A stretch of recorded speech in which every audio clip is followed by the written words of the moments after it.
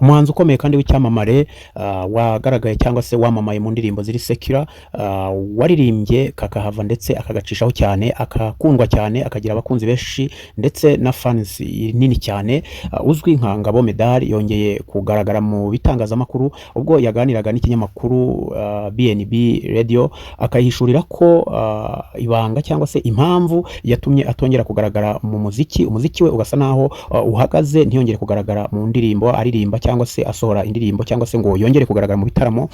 Yahishuriye iki kinyamakuru ko impamvu yamuteye kudakomeza kuririmba cyangwa se gukora ibitaramo ari uko yari afite abana batoya, byari ngombwa ko abitaho bakabanza bagakura bakigira hejuru.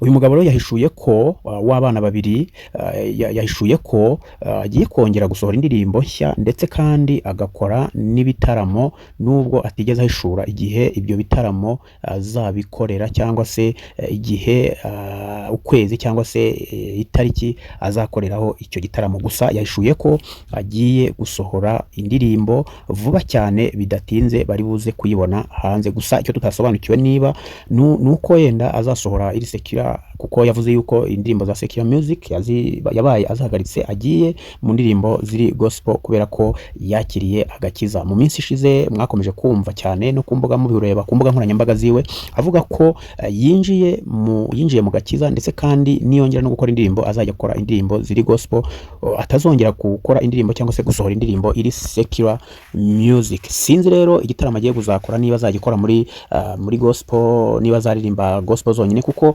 tuzi neza ko indirimbo nyinshi afite, indirimbo zakunzwe, indirimbo zizwi n'abantu benshi n'abafana be, ari indirimbo ziri secular music.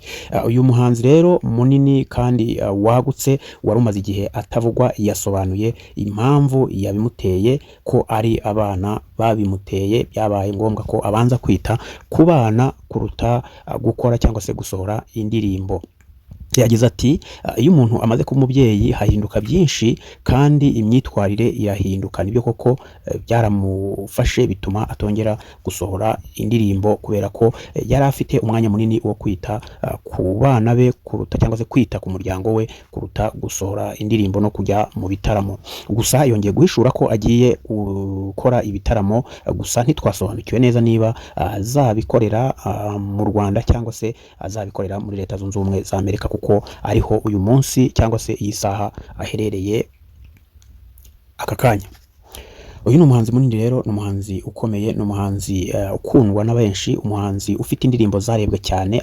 Mwibuke ko afite indirimbo yarebwe na miliyoni zirenga 100 kujya gusubiza hejuru. Urumva ko ari umuhanzi munini, ni umuhanzi ukomeye mu Rwanda, ni umuhanzi ukomeye muri East Africa, ndetse bikambuka akaba n'umuhanzi ukomeye ku isi muri rusange.